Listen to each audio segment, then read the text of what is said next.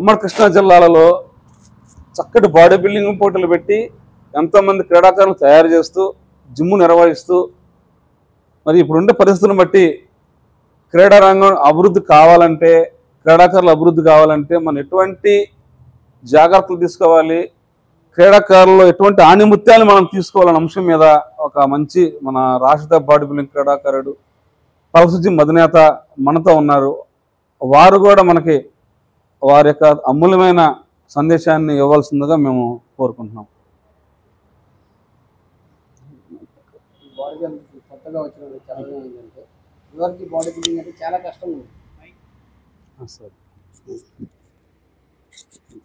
చాలా కష్టపడాల్సి వచ్చేది, గురువుల దగ్గర నేర్చుకోవాల్సి వచ్చేది.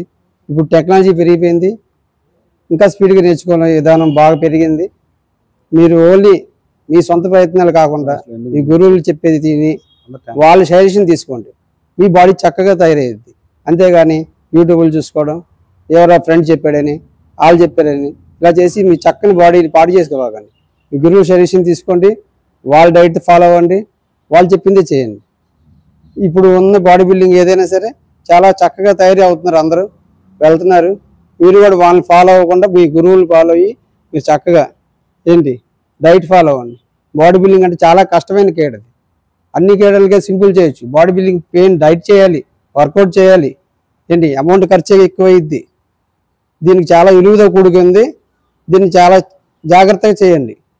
చేసి మీ తొందరగా బాడీ బిల్డర్ కనిపించేది కూడా బాడీ కనబడింది, తొందరగా చెప్పుకోవడానికి కూడా బాడీ బిల్డర్ అని చూసుకోవడానికి బాగుంటుంది. కానీ దాంట్లో ఉన్న కష్టం అనేది మీకు తెలుసు, మీ గురువులకు తెలుసు. చాలా చక్కగా చేసుకోండి, బాడీని పెంచుకోండి, బాడీని పాడు చేసుకోకండి, డైట్ ఫాలో అవ్వండి.